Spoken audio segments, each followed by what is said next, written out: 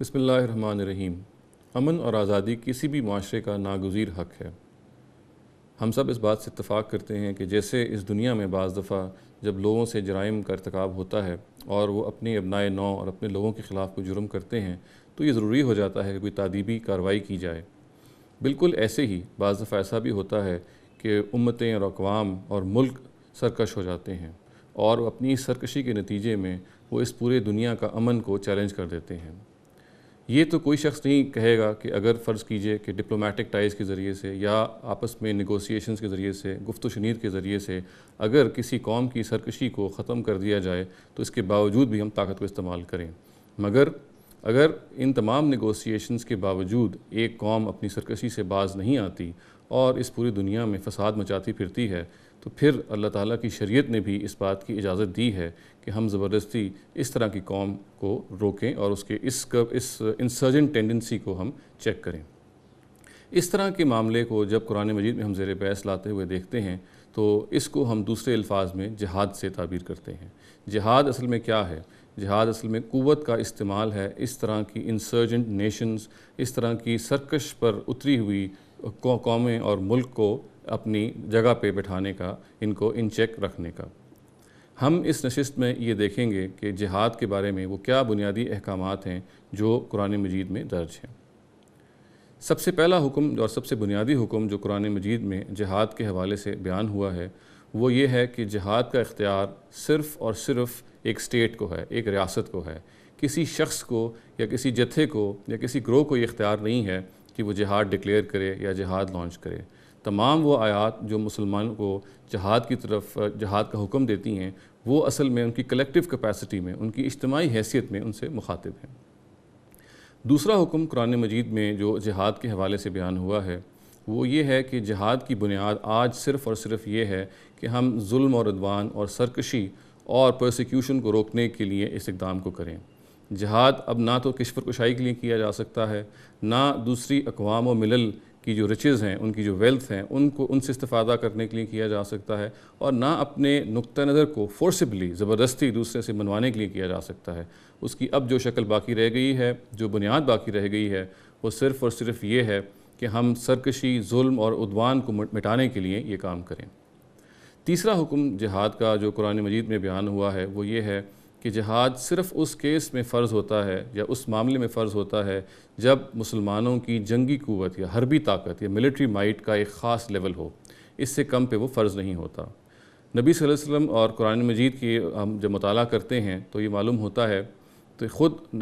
قرآن مجید کے اپنے مختلف اشارات سے اور بعض صریح آیات سے کہ وہ وقت تھا یا وہ دور تھا کہ جب مسلمانوں کی اپنی حربی طاقت اگر دشمنوں کی حربی طاقت سے نصف ہے تو پھر ان پہ جہاد فرض ہو جاتا تھا۔ تاہم ظاہر ہے کہ اب چونکہ وہ حالات نہیں ہیں، نہ ہماری وہ ایمان کی کیفیت ہے جو صحابہ کرام کی تھی، تو اب ہمیں اگر کوئی فرض قرار دینے کے بارے میں نقطہ نظر قائم کرنا ہے جہاد کے بارے میں تو پھر ہمیں اس سے رہنمائی حاصل کرنی ہوگی اور ہماری جو حربی قوت ہے وہ دشمن کے مقابلے میں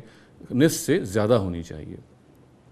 چوتھا حکم جو قرآن مجید میں جہاد کے حوالے سے بیان ہوا ہے وہ یہ ہے کہ اگر ایک شخص جہاد میں حصہ نہیں لیتا تو صرف اور صرف وہ اس صورت میں اللہ تعالیٰ کی نگاہ میں مجرم قرار پائے گا کہ جب وہ ایک نفیر عام کے مقابلے میں گھر بیٹھ رہے۔ نفیر عام کا مطلب یہ ہے کہ اسٹیٹ کال دے، ریاست آپ کو کال دے کہ ہمیں آپ کی ضرورت ہے، آئیے اور ہمارے ساتھ شامل ہو جائیے۔ اس کے باوجود بھی اگر ایک شخص نکل کے نہیں آتا تو اللہ تعالیٰ کی نگاہ میں وہ مجرم قرار پاتا ہے۔ اس کے علاوہ جہاد کی جو بقیہ صورتیں ہیں اس میں اگر وہ شامل ہوتا ہے تو یہ بڑی فضیلت کی چیز تو ہے، تاہم اگر وہ اس میں شرکت نہیں کرتا تو کسی درجے میں وہ گناہ گار نہیں قرار پاتا۔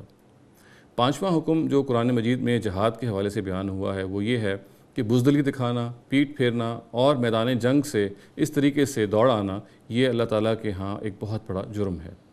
اللہ تعالیٰ سے جب آپ اس طرح کا ہم جہاد میں معاملہ کرتے ہیں تو یہ گویا ہم اللہ تعالیٰ کی جو ٹرسٹ ہے اس پہ جو ہمارا جو اعتقاد ہے وہ ہم اس کو مجروح کرتے ہیں۔ اللہ تعالیٰ پر اعتماد کا یہ تقاضا ہے کہ ایک مرتبہ جب ہم بیٹل فیلڈ میں جب ہم میدان جنگ میں اتریں تو پھر ہم ڈیزرشن نہ اختیار کریں، کبھی ہم میدان جنگ میں پیٹ نہ پھیریں اور پیٹ دکھا کے واپس نہ آئیں۔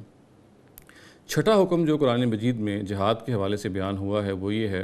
کہ جہاد ہمیشہ ایتھیکل لمٹس کے اندر کیا جائے گا، اخلاقی حدود کو سامنے رکھ کر کیا جائے گا۔ اخلاقی حدود کو پامال جہاد میں بھی نہیں کیا جائے گا اور اس میں سب سے بڑی بات یہ ہے کہ وعدہ خلافی جو ہے وہ جہاد کے میدان میں بھی نہیں کی جائے گی۔ اور قرآن مجید میں اس ضمن میں ایک روشن بات جو اپنے ہاں درج کی اور بیان کی وہ یہ ہے کہ اگر کوئی مسلمان ملک جو ہے وہ کسی دوسرے ملک سے اس کو جہاد کرنا درپیش ہو اور وہ وجہ اس کی یہ بن رہی ہو کہ دوسرا ملک جو ہے اس نے اپنے مسلمان شہریوں پر تعذیب یعنی مذہبی جبر کو روا رکھا ہے اور مذہباً پرسیکیوٹ کر رہا ہے، تو یہ جہاد پھر نہیں کیا جائے گا اگر اس جہاد کے نتیجے میں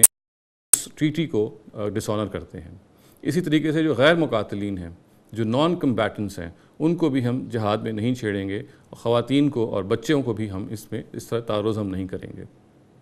ساتواں حکم جو قرآن مجید میں جہاد کے حوالے سے بیان ہوا ہے وہ یہ ہے کہ مسلمان فوج جب بھی میدان جنگ میں اترے گی تو نمود و نمائش سے وہ پرہیز کرے گی۔ تم تراک اور اس طرح سے اپنے آپ کو نمایاں کر کے دکھانا اللہ تعالیٰ نے ہمیں اس سے روکا ہے۔ اور جیسے کہ شاعر نے کہا کہ رزم ہو یا بزم ہو، پاک دل و پاک باز، مسلمان اب جب جنگ میں اترتے ہیں تو ان کے اندر اللہ تعالیٰ کی خوف، اللہ تعالیٰ کے آگے عاجزی اور فروتنی کا جذبہ غالب رہنا چاہیے۔ آٹھواں حکم جو قرآن مجید میں جہاد کے حوالے سے بیان ہوا ہے وہ یہ ہے کہ اللہ تعالیٰ کی مدد کے مستحق وہ فوج تب ٹھہرتی ہے جب اپنے اندر وہ ثبات اور صبر کی صفت پیدا کر لے۔ صبر اور ثبات، پرسیویرنس، اسٹیڈ فاسٹنس، اگر یہ صفات ایک فوج اپنے اندر پیدا کرتی ہے تو اسی شکل میں اللہ تعالیٰ کی مدد اس کو آتی ہے۔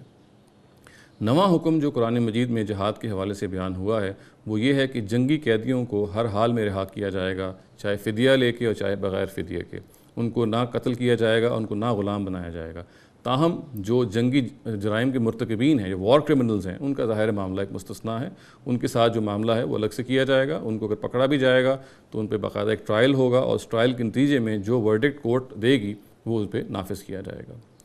قرآن مجید میں جہاد کا